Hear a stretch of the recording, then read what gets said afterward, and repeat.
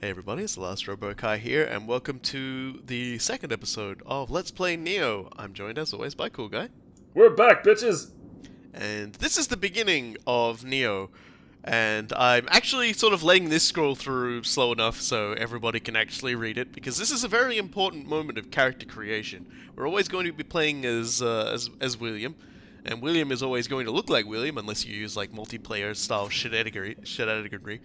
But we have to choose, and it's actually the decision is only a statistical one at the very beginning of the game. You can change around as much as you want, but we'll be choosing two weapons and a guardian spirit. But I want people to be able to read it, because one of my favorite things about it is that William's on his way to Japan and he's just reading a book somebody else wrote about Japan, and he's like, you know, I can almost imagine I know how to use a katana now.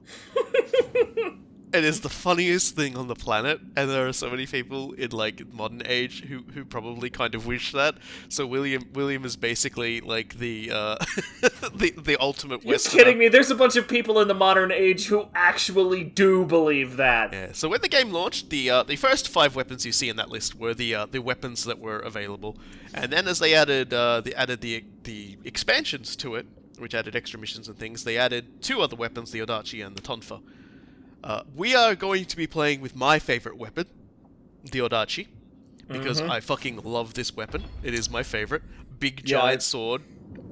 I realized, go ahead, finish your thought.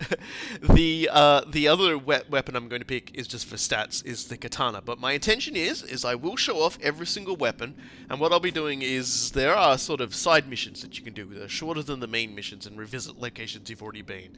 So I will be using these weapons during those missions. I'll be keeping my stats mostly balanced, so nothing will really fall off, because when you play this game, like, just playing through for the first time, up to a certain point, you can do that and there's absolutely no problem. The game is perfectly playable that way.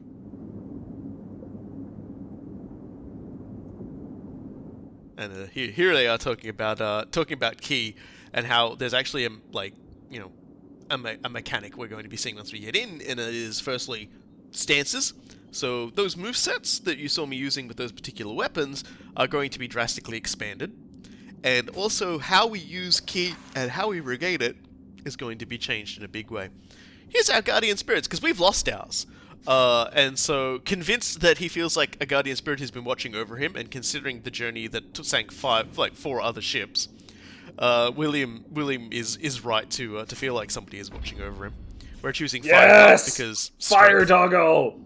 Yeah, Fire Dog is good for a strength build, and so it's always good to take him. You will be able to acquire the other 2 later in a special mission specifically for it. We will not be doing the dojo training. Yeah, you are well beyond needing that one, brother. Yeah, I've sunk a lot of time into this game. The funny note about the Odachi is that I mentioned that I liked the axe a lot. I found out very near the end of our aborted stream through of the game that the Odachi is basically better than the axe in every conceivable way. Like, there's a few weird situations where the axe's moveset shines through just by having sheer impact, but the Odachi does almost as much damage, has a much more flexible moveset, and generally reaches a lot farther. So it's just like, kind of screwed myself on that one. The Odachi is broken as hell, and I love it. But it does have a unique start to it. It's not just big weapon version 2. Yeah. So now we're on the island of Kuroshima, off the southern region of Japan. Well, like, you know, like the the eastern side of the southern region of Japan. The end of the last episode, we saw a journey that William took. That's actually a journey he actually took. He traveled with the East India Trade Company. Their plan was to hook around South America, trade some stuff they had for silver, then head on to Japan and trade silver for spice. Things didn't go to plan at all in any way whatsoever. The journey basically saw only the Luft or love make it, and and a lot of the people who were on that ship starved to death, died of like disease and everything like that. William and a very small handful of people actually made it ashore, and then they were arrested. Yeah, yeah. This was well before the time that the non-bon, as they were called back then, had any kind of real rights in Japan. So they landed there to just like you fucking what? It was more or less the greeting they got. Yeah. So because we're playing on PC with Steam, we have acquired a bonus for having bought it on Steam. The the Dharma Chakra Kabuto. Yeah, just let everyone see. You know, it's Love it's so yeah, insane it's a looking. wonderful steam shooting mask. With several valves on it. If you played on the PlayStation 4 and you pre-ordered it, you actually got an entire armor set, themed off of Sarada Yukimura. And if you took part in the alpha and the beta testing, you actually also got some other helmets that were quite unique. I did, and I do have them on the PS4, but I also got it on the PC specifically because I knew one day I was going to be recording this. What I'm doing now is I'm just showing off this game's way of expanding your repertoire of attacks and things. This isn't like Dark Souls where you're essentially equipped with what you got from the start, and techniques might be weapon arts dependent on the weapon you're wielding and things like that. In this game, all Odachis will work the same, so you get something for that. And what is nice about this is the first few talents that we unlock, relating to like key recovery and things like that. That's the same for all the weapons, and so you can take them for all of them, and it will make all weapons usable. So you can sort of play around. So yeah, here it is, our first fight, and now you see why the Odachi is broken as hell. I upgraded it so I actually had that attack too. So now Game over, buddy. Now when somebody steps to me and runs out of stamina, which the Adachi will frequently make them do, that happens. I love the Adachi so friggin' much. like 25 pounds of folded steel. Like you can guard against that. Maybe you'll be successful, but boy, I tell you what, you're gonna feel that one. How's it going, buddy? How's it going, little friend? Yeah, unfortunately we won't be able to unlock the backstab until after this mission, so we will still be forced to batter people around the back of the head. It's a bit of a shame. I love how completely unaware a lot of the moves in this game are. Yes, well, the funny thing is your walking speed will dictate how much sound you make. If you hold down block, you move at the minimum speed, no matter like how you push forward your controller. So it's actually a lot easier to sneak up on people. Now, here's the big... You notice when we were on the shrine, because this game has so much stuff to unpack. Oh my god, I love it so much. On the shrine, there is a Kadama, a little spirit which has a bowl on its head, and there are Kadama throughout all of the main levels that need to be directed home. And there are rewards for doing it. The more you direct home, the more elixir you can hold at any given time. At the moment, we can only hold 3.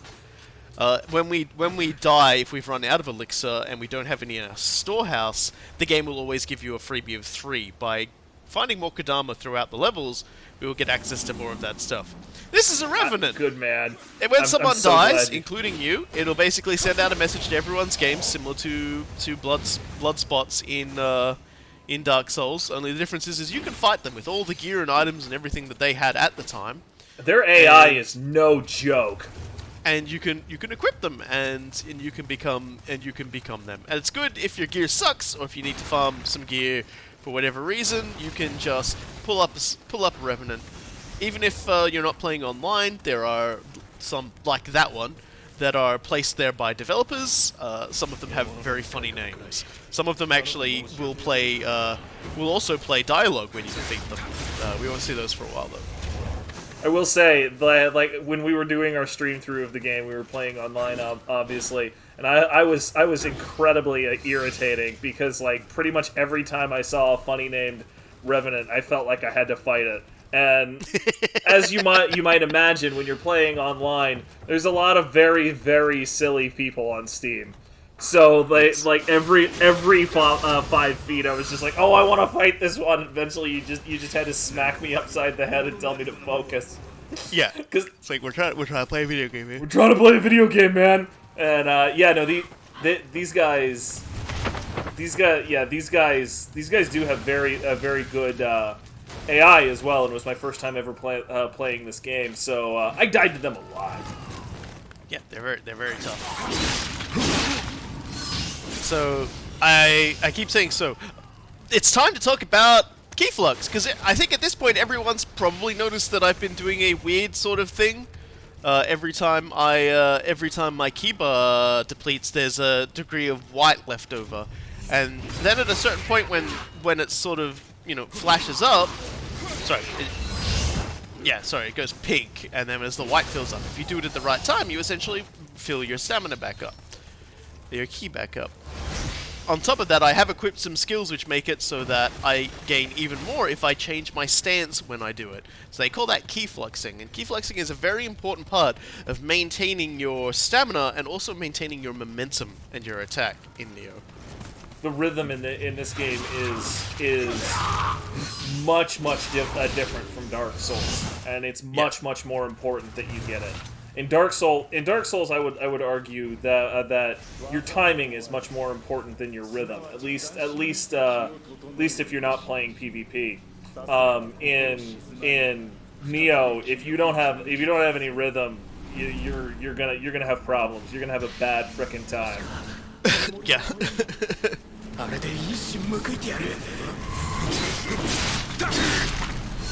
So we could go straight on to the noble's house that sits at the top of the island. Instead, we're going to be going around it because there's a lot more things to find. The encounters are a lot less bullshit. Essentially, if you try and go through the front door, you are going to get mauled to death by about 4 or 5. Yeah, let's talk about ambushes. Can we talk about ambushes? This game has a lot of ambushes. There's a fantastic ambush coming up soon. But this is one of them, and oh, see, that's something you gotta be careful with the axe. That's a wide sweep, that is. And here's the down attack with the Odachi. Beautiful. I love it. I love this weapon. I've already coated it in so much blood. It is worth noting, like, as well on top of everything else, you can see we've got a high stance. The high stance is obviously big, strong attacks with the Odachi. They're all very vertical.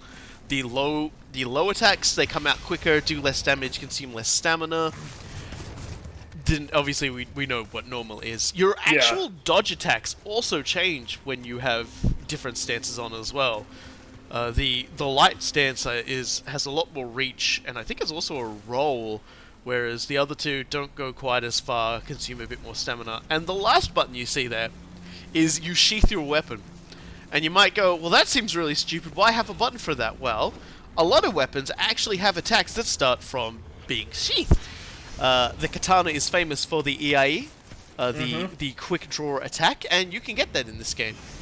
You can also get some similar sorts of attacks for the Odachi and for the twin katanas. Yeah, there are entire builds that surround the EI attacks on those weapons. Like, he's not screwing around. Those are insane. Yeah, Kyakudamas are grenades. There are a lot of different throwing weapons in this game. There are actually a shitload of items that you can use in this game, and I will try to show them all off in some capacity at some point, but you already been throwing rocks. It won't all happen at once. And this is the first Japanese yokai we will face, the Dweller. The dead bodies of miners, essentially overcome by the resentment of their death. They climb back up. They're a lot trickier than they look. I'm just gonna say that now. What we're seeing is when they're upright, they're a joke.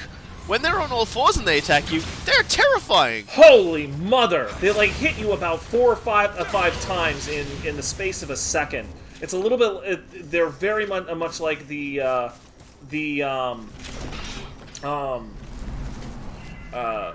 torch-wielding hollows from Dark Souls 1. It's really easy to underestimate them just because they look emaciated and they're just like and then they just come out swinging and it's just like, oh my god, there goes all my health. The truly scariest thing about them though is that they have a grapple attack that you noticed its hands were glowing, black and white flames. That is a warning. Do not be still standing near them when they do that, or they will grab you. And one of two things will happen when they grab you. Some of them will just bash you with a rock and take off a lot of your health. That's embarrassing. Some will just pin you down and throw up on you so that you get poisoned. That's bad. It's even more Poison is no embarrassing. joke in this game. Poison is a very unpleasant experience in this game. if you don't have your hot bars ready, you can be like, oh god, I gotta get through this. I got poisoned exactly once before I realized I needed antidotes on my hot bar like 24/7. Like it sucks. So now we actually have a ranged weapon, the longbow. There are 3 variations of your ranged weapons that have ammunition in this game. There are also throwing weapons, obviously. We've got the bombs, you can get shurikens. There are so many different types of shurikens in this game. I forgot I went there. It's fine. The bow has 2 kinds of ammunition, regular arrows, and I can never remember the name of it, but essentially they are purified arrows that do a bit more damage to the yokai, to evil spirits and demons. And it's completely useless against this guy because he has a helmet on, and if you try and shoot someone with an actual metal helmet with a longbow, it will knock the helmet off, but by that point they'll be aware you're coming and will just try and ruin your day instead, so... Game over! Keep an eye on what your opponent is wearing, because there are weak points on certain enemies that you should take advantage of, but there are also defensive points. And that's our first accessory. The Omamori charm is one amongst many, and they will have lots of really cool little, tricks and things, such as the ability to sense where Kodama are. Some will actually scale with your spirit stat, the defense that you receive from them, so you can actually wear light armor but still have a pretty rock-solid defense if your spirit is high enough. And spirit is definitely a stat you want to be pumping into. We're not going to that shrine just yet because there's still one more item to get, and this guy's gonna respawn anyway. I was really proud of this. Full damage is a thing, but he's still alive. Oh no! Oh. I got it. Did you hit him with a rock? Yes, I did. I killed him with Good a rock. man. I've never been more proud of anything in this game than I was at that singular moment. Oh, I was just man. like, I am so glad that was on video. Ah dear, so young samurai look. See, there is so much in this game to talk about. Yo. There are items in this game. If you get hair from stuff, you can use them, and they will give you points that you can use, which you can obviously see down the bottom, the sword with the 3 on it. You will see swords, you will see, I think, ninja hands, or praying hands. Shuriken. Basically, you will see different stuff to let us know we've got points we can spend in with our technique tree, our skill trees. Now we've actually found enough Kodamas, we've unlocked the blessing mechanic. Yay! You can give them a little bit of money, and they can increase the drop rate of stuff for you. In this particular case, we're going to be going with elixirs.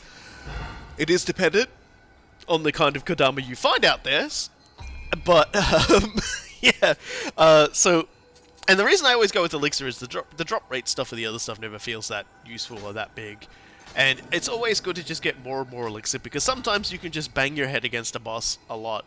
And if you're early on in a zone, you might not have a huge pool of elixirs to choose from in terms of what they will give you as freebies. So having extra ones is really, really nice.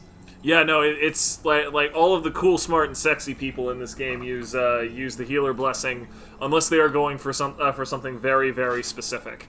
And usually that very, very specific thing is like, I know that this enemy drops this thing that I want for my overall build, and therefore I'm going to do what I can because I'm farming this area and I know what I'm doing. Like, that's really the primary reason why you would use like the other blessings. Beyond that, it's just like seriously, just get more healing. Like, what's wrong with you? It's a Souls-like. Yeah. So one thing I've just done there is I've unlocked a special ability, and it's a really weird mistranslation. It says you recover ki even while dodging, but what they mean to say is actually the actual act of dodging when your ki bar fills up enough for the ki pulse does a ki pulse. So you Right. can actually now key pulse while dodging. There's one for each stance, and the cost is different for each stance. So you sort of have to be careful. Like, it trips me up starting out every single time, because I'll be like, okay, yeah, I got it in it. Oh no, where's all my thing gone? Especially with the Odachi, because the Odachi's techniques are like everyone has a, if you press, if you do a series of normal swings, because I forgot to mention that as well. There's so much in this game. You've got regular attacks, and you've got heavy attacks. Now, with the Odachi, if you end like a combo of regular attacks with a heavy attack, or a combo of heavy attacks with a regular attack, you switch stances.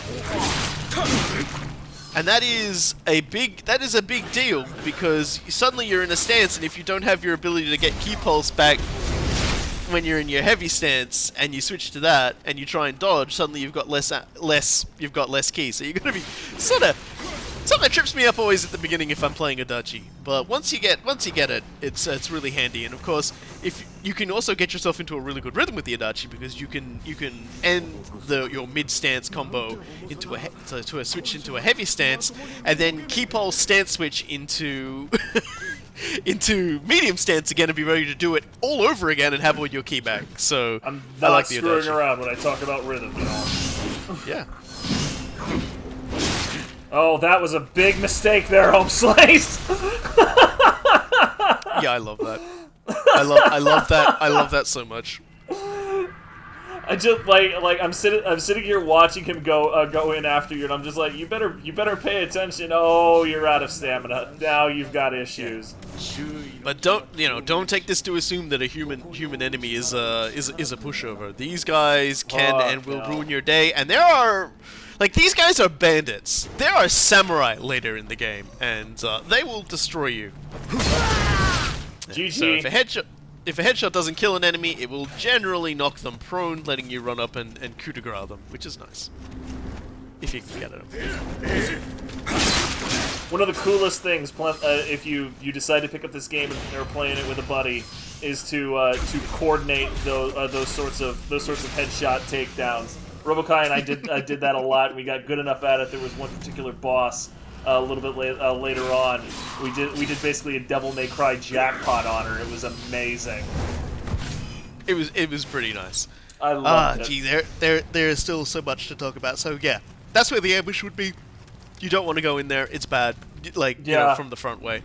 All these enemies have respawned, but I'm a lot tougher now. I've got a lot better gear. I do apologize to everybody who's going to be seeing the those little things down the bottom there. I am definitely not touching the magic or the... Yeah, I know, that was kind of amazing. And then I sheathed it just to be a cool bastard afterwards. It's because I know some people are like, use the damn things at the bottom of your screen, for the love of God! And I'm just going to be like, no, I'm not going to use those until I unlock certain things later on. So particularly the magic, you're not going to see that one. Oh, this guy is just He's being a jerk. There so you go. Poke him.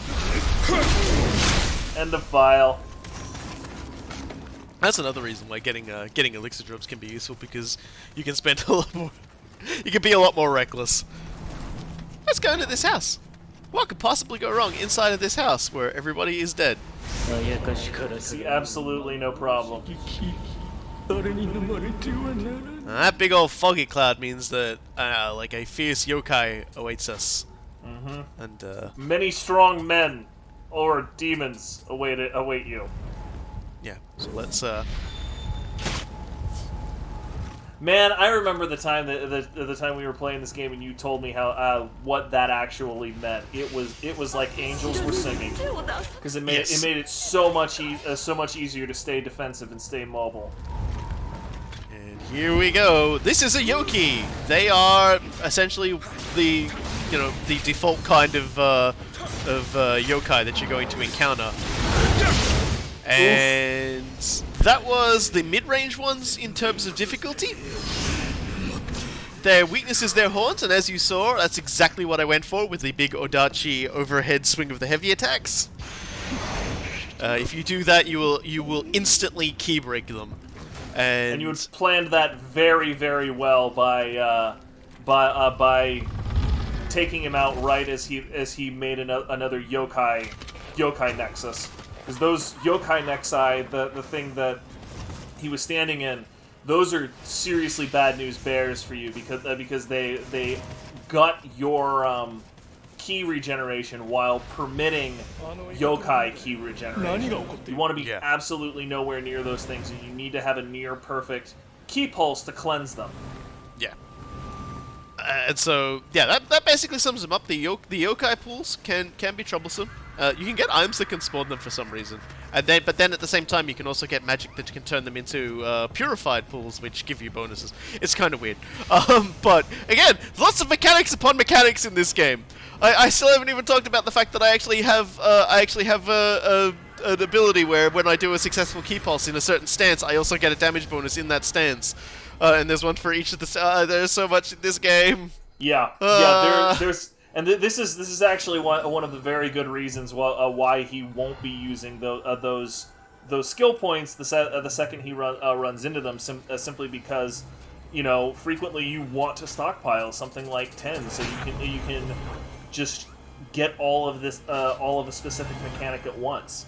Like, yeah. I mean, there really aren't any traps that are in there, but after you know a little bit of what you're doing, it makes it very much to your benefit to just be like, I just don't want to confuse myself. I just don't want to confuse myself. Yeah, I'm trying to avoid all the heavy armor because I want to be able to dodge. I'm definitely a light and medium armor boy when I play this game. Yeah, I'm with you on that one.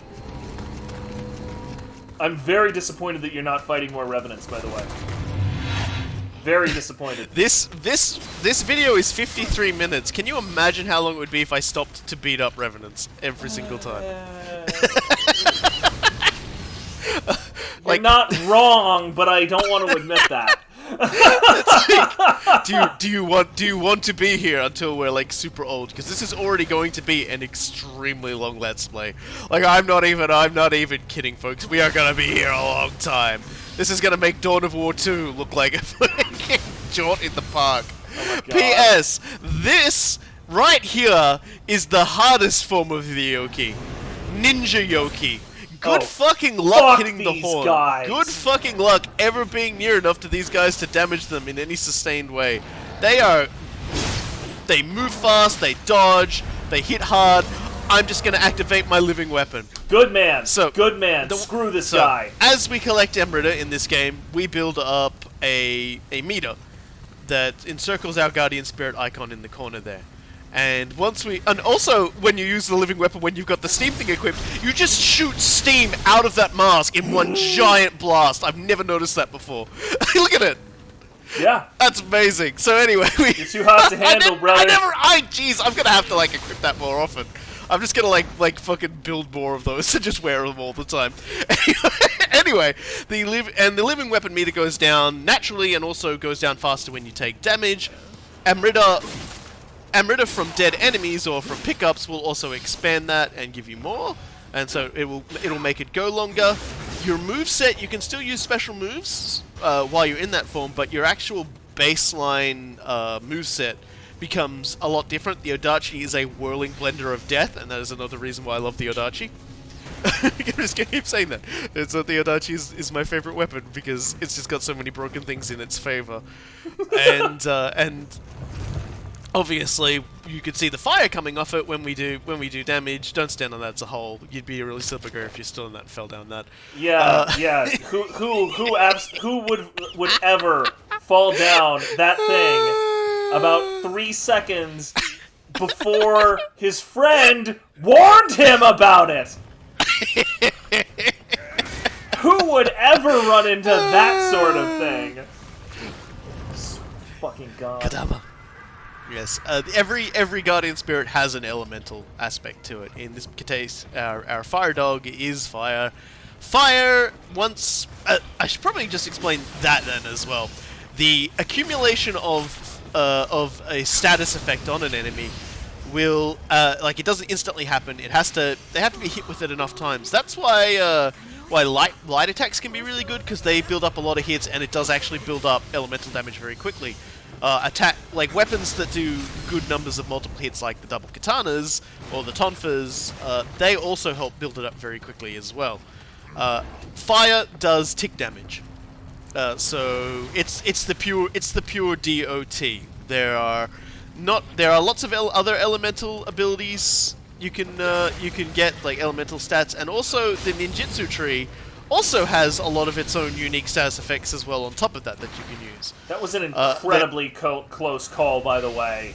Yes. That dude nearly tackled you and destroyed you. Don't worry, I will die in this episode.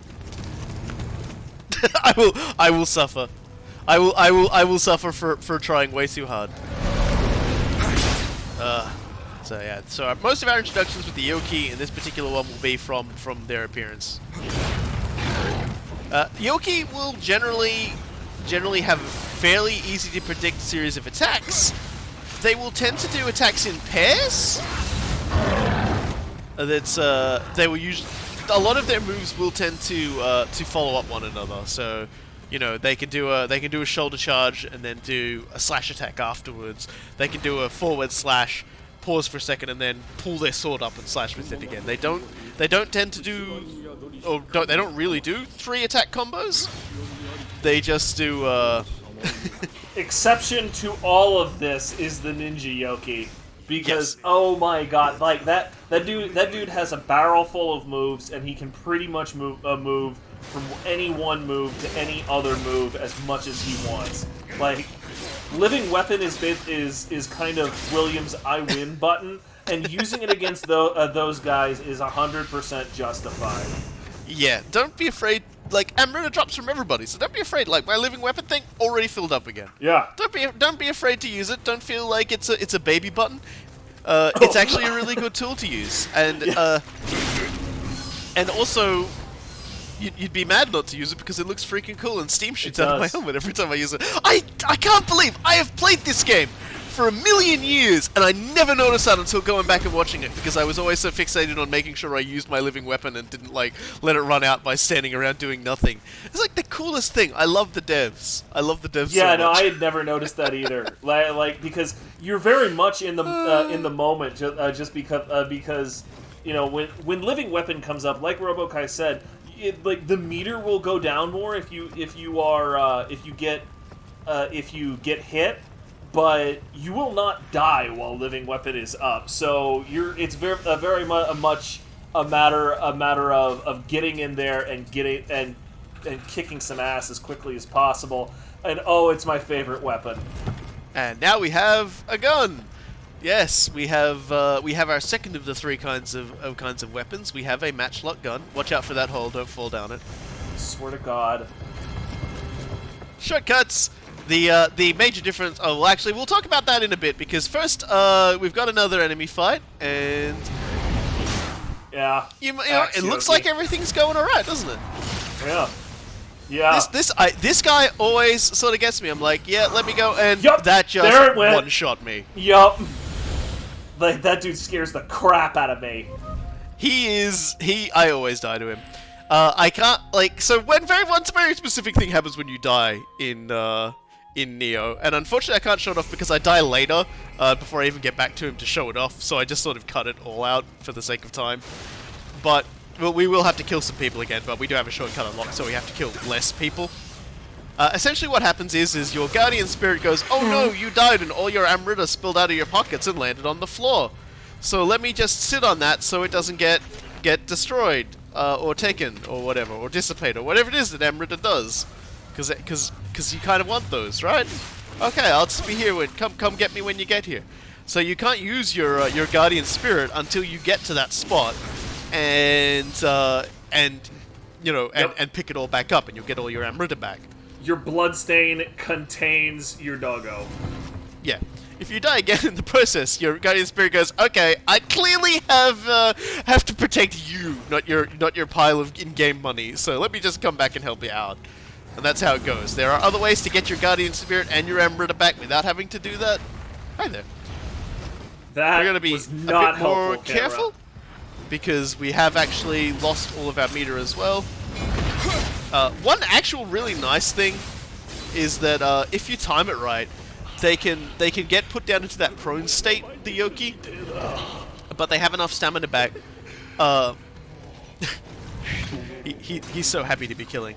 you can get back into that state, like they do in the fall down state. It actually lets you double down hit them for some reason. I'm not sure exactly how or why it works, but it's nice. So the matchlock rifle is different to the bow because one of the things you notice with the bow is you can move while aiming with it.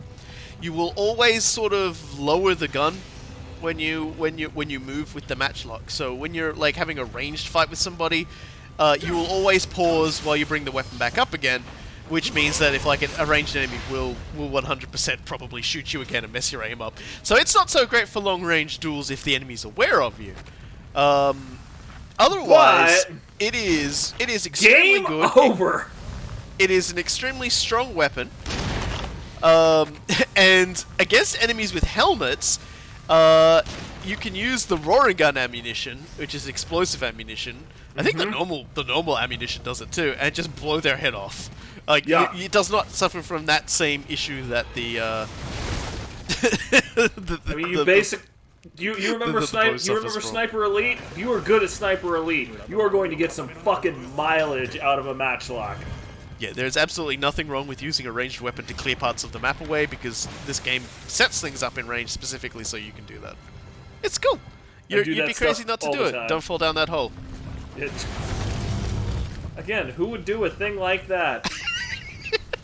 Who indeed? Oh dear. Hey, Robokai, while we're on the subject, let's talk about fire. Yes, we've talked about what the fire status effect does. Don't walk into the fire that's a raid around here, because it does a very large amount of DOT damage. When he says a large amount, he means approximately infinity% of your health. Like, I walked over to it one time just to test it. I was dead before I could hit the button to dodge away. Yeah, the fire here is meant as a barrier that you aren't allowed to sort of like try and sneak your way through. However, you can douse yourself in water and take less fire damage, which is an actual mechanic in this game. Yes, you can hit a barrel that's full of water and you'll get like water droplets on you, and that will make you take less fire damage. Also, if you're on fire and you're not standing in wall fire, you can put it out by dashing repeatedly. Yeah, you can do that. It's like this fucking game has so many things going on in it. No wonder it took them like 10 years to make it. Worth every this moment, game was honestly. in the works for a very long time. Worth every moment. Oh, absolutely. Nioh 2 is on its way, and I've never been more excited in my life for a game.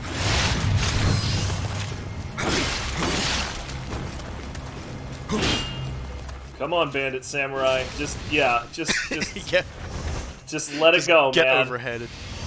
Just get bapped in the noggin. It's fine. I was holding my breath because that dude can easily like split your helmet in two, a little bit the way that Axe Yoki did. Before somebody corrects us in the comments, we do understand how to say yokai. These things are Y-O-K-I, Yoki. Yes. That is how it's pronounced. Yes, the game actually does refer to these guys as Yoki for whatever reason. Yeah, like I don't get it either, but Japanese has deterministic syllable pronunciation, so yes, it's pronounced that way.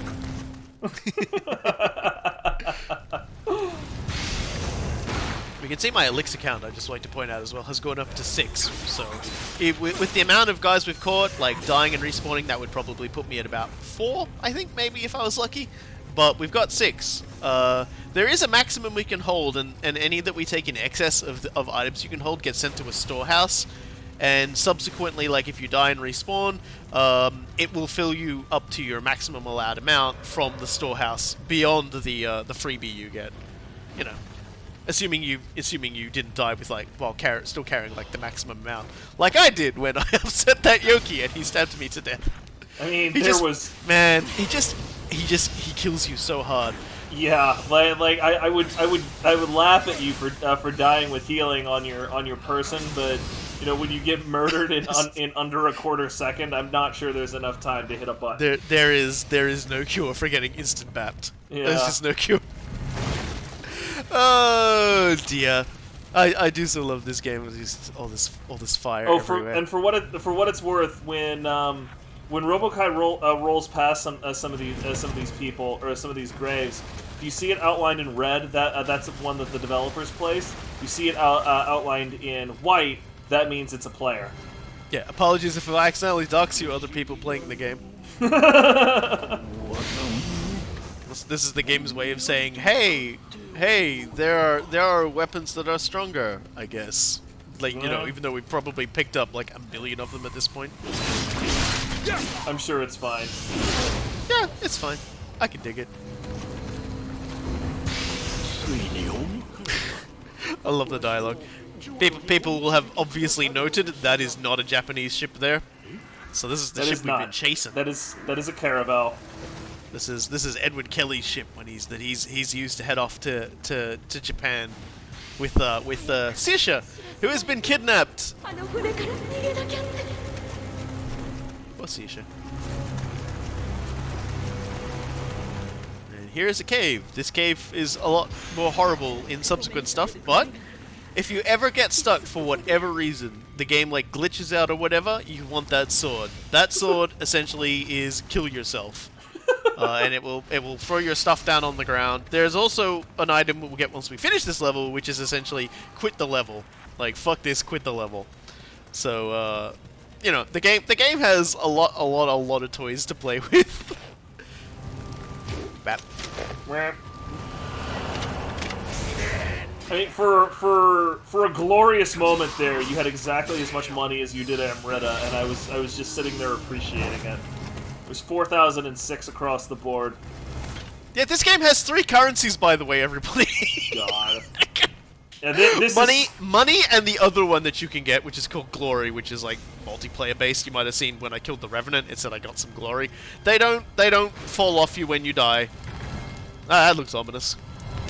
I'm sure it's just locked for a very good reason. And Amrita is the only one that like falls off you when you die. Thank fucking God for that. Glory isn't even really needed. Like it's one of those things that can make your life easier if you get a lot of it, but it's not required the same way Cold Hard Cash and Amrita is. Yeah. Glory is something you get largely just for the hell of it. Right. Yeah, some of these items too are crafting pieces because yes, you will meet a blacksmith, and yes, they are awesome, and yes, they will build stuff for you. So you might see a lot of like weird terms like Kozane or whatever. Yeah, that's just like basically ingredients. Anyone who demeans the blacksmith will answer to me. By the way. The blacksmith will feature in the next snippet episode, which is like 10 minutes long.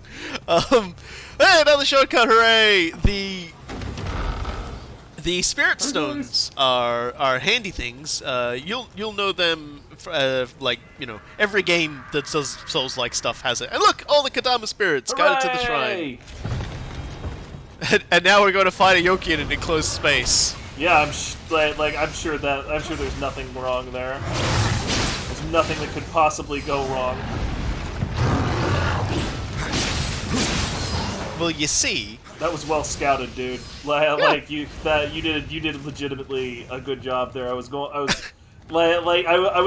sitting here just like, oh, he was pretty lucky to get out of the way at the last second. And then you did it another 3 times in a row. I was like, that wasn't luck.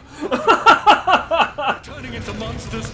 A confluence of skill, but the thing that's nice about this game is early on you will have dotted around the place occasionally. The game will have a set piece of gear that you will be able to put on, assuming you have the stats for it, that will help you against the coming boss. So those plate mail pieces that we got, they're there to help if we need it. If we haven't really been getting good gear, if we've been kind of getting stuffed around by the roulette, that will always be that stuff. The stats might be slightly different, but it's always there to help. So I'm sort of looking around, make sure I've got all my key pulse when dodging stuff. Excellent, cool. Now we can get into the fun stuff. Yeah, so, fortunately, the key pulse while dodging stuff is universal to all weapons. So you only need to pay that tax once. Okay, and I just realized I haven't actually taken the get more key from stance changes thing yet, because I'm looking around and I'm thinking about Yeah, this is the one I want. Follow a quick attack from mid or low stance with a strong attack yes. from high stance. So this is where I get my rhythm in going. It's a nice little setup. And after this episode is when we'll be doing all the fading to black whenever I go to a shrine. You know, to spare everybody the leveling up and everything. But I felt it was necessary. Yeah, I feel like it's important to understand the what you go through while playing this game. Like, this is substantially different from anything you'd see playing Dark Souls, and it's much more of a you're very much more spoiled for choice in a lot of ways. So, but you know, like it's a very sort of cerebral experience going through this. So it's important to experience it once or twice, but you know, yeah, after that once or twice, we can just sort of assume we know. I love no damage from drop attacks. Oh man, that dude fucking practiced that shout. That was like the Wilhelm. So we've cleared through pretty much all of the level now. We've got all the Kadamas. There's really only a boss fight left. A hell of an introduction to boss fights in in Nioh as well. How did you miss? Yeah, sometimes the game says, "Hey, you got this, bro," and then you don't got this. Yeah, no, like I'm not even screwing with you on that. Know. Like, the reticle was red. I saw it be red. Sometimes it just be that way. I like that these guys talk in English. It's my last thought. Yeah, We're supposed to make lots of money. Let's go fight a bus.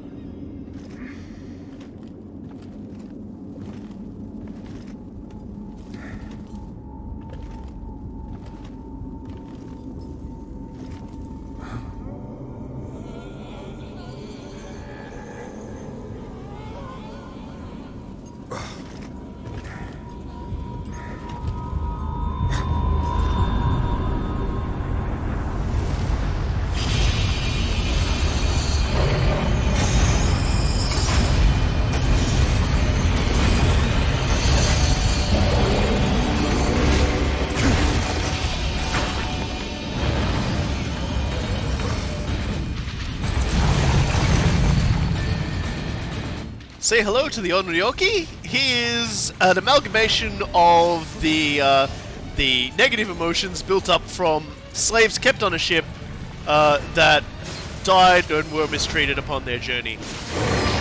And he's pissed. I really can't blame that one sailor for being pissed about dying to this thing. Like, seriously, gonna be an easy job for easy money. Slave demon! Yeah. So this guy has two phases to start with. The first phase, he's got his big balls and chains on, and he doesn't have a very huge moveset. He does that does actually hurt a lot though if you get hit by it, so try not to be. He has the overhead smash, which you can do with either one or both of them. And if he only does one, it's a lot easier for him to do that spin around attack if you're behind him. He has to sort of shift them if he does both of them. It can trip you up because you might wrongfully assume that you can just, you know, have that time to get ready. And now we enter the second phase where he's free from his chains and he's pissed even more. Yeah, this really messed with me the first time I played this fight, just because in his first phase he doesn't really have a whole lot of reach. So I was plinking him down with my matchlock actually, and getting a really good rhythm going with that. And then he switches to the second phase, and holy mother, can he keep up with you on that one? He's a very dangerous fight. You definitely don't want to be hugging him when he goes into his second phase. First phase, you want to entice him into doing an overhead smash, get a few hits, get out of there before he starts spinning around. The second phase, you definitely want to wait until he's done something before you move in, and you have to be very careful. I was a little sad on that because If he hadn't done that, I probably would have no-hit that entire run. But I've decided to blender him at the end. Womp womp. Sucks to be that guy. Tuskete! We will hear a lot of Tusketes over the course of this game. So many And Tusketes. you can reasonably assume that I'm thinking the All Might reply every time I hear a Tuskete.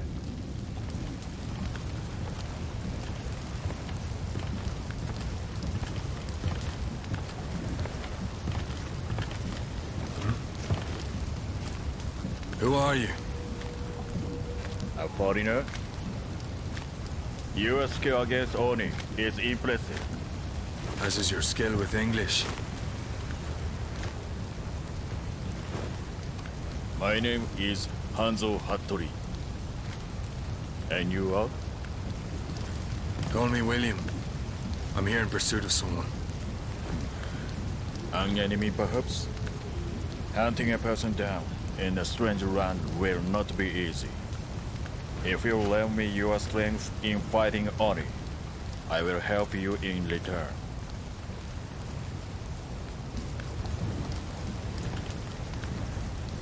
Well then.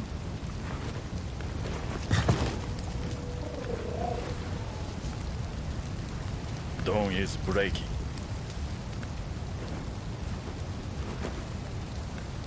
Come.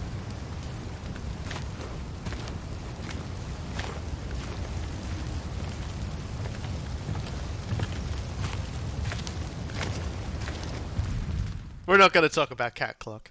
I can't talk about the cat because just in case you weren't fucking sold on this game, your first and best homie in Japan is literal Hanzo Hattori. Yes, Japan's most famous ninja. Although there have been many people who have won that name throughout the time of the Sengoku era. This is the third one. He's a pretty good bloke, and he's as good as the stories say. So he's going to be our primary guide throughout the game. He's going to be the guy who gives us direction for the most part. 二人の侍が歯を競っておる。一人は秀吉様を継いだ石田三成殿。もう一人は我が主君徳川家康様。わしは家康様から西国大名たちの調略を任され、この九州へ参ったのだ。ウィリアム、近頃巷には地味猛量が出没し、大名たちは手を焼いており、鬼を切るその腕を売り込めば調略の好機となろう。案ずるな。あやかし騒ぎを追えばお主の仇も現れよう。まずは家康様に近しい隣国豊前の官兵衛殿のもとに参ろう。Here is the hugest difference between this game and any other Souls game.